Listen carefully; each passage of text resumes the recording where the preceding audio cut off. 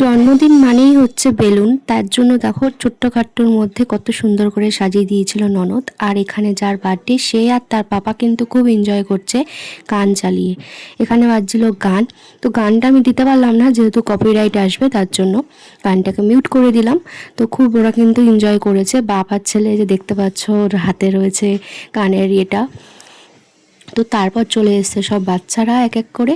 তো ওর যারা যারা ফ্রেন্ড, ওর যারা যারা খেলার সাথী, তাদেরকেই বলেছিলাম পাড়ায় ওদের সাথেই আমার ছেলে খেলে ক্রিকেট, তার জন্য ওদেরকে বলা হয়েছিল ওর মেন বাচ্চাদের বার্থডে মানেই বাচ্চাদের অনুষ্ঠান, আর তাদেরকেই যদি না বলি তাহলে তো বার্থডেটাই ইনকমপ্লিট।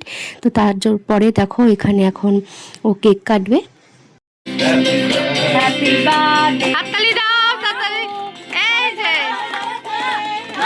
সবাই একা দাদার হাত ধরো, দেখ ঘুরে বাবা রে এইদিকে হ্যাপি বার্থডে।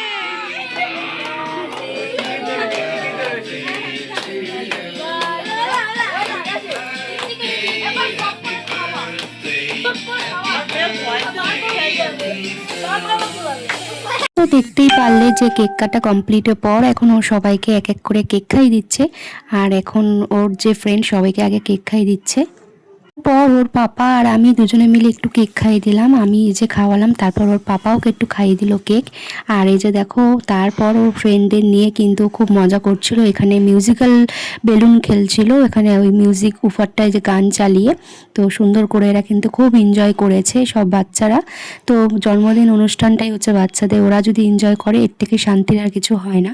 তো তারপর আর ভিডিও করা হয়নি বাচ্চাদের যে খেতে দেওয়ার ভিডিওটা, আমি খুব ব্যস্ত হয়ে গেছিলাম ওদেরকে সবাইকে খেতে দেওয়া, এক হাতে ভিডিও করা আমার পক্ষে আর পসিবল হচ্ছিল না। তারপর নিজেই খাওয়ার সময় মনে পড়লো যে ভিডিও করা হয়নি। তো দেখো এখানে রাইস আর চিকেন কষা নিয়ে বসে পড়েছি আমি, আর তারপরে চাটনি, আর এই যে ছিল পায়েস।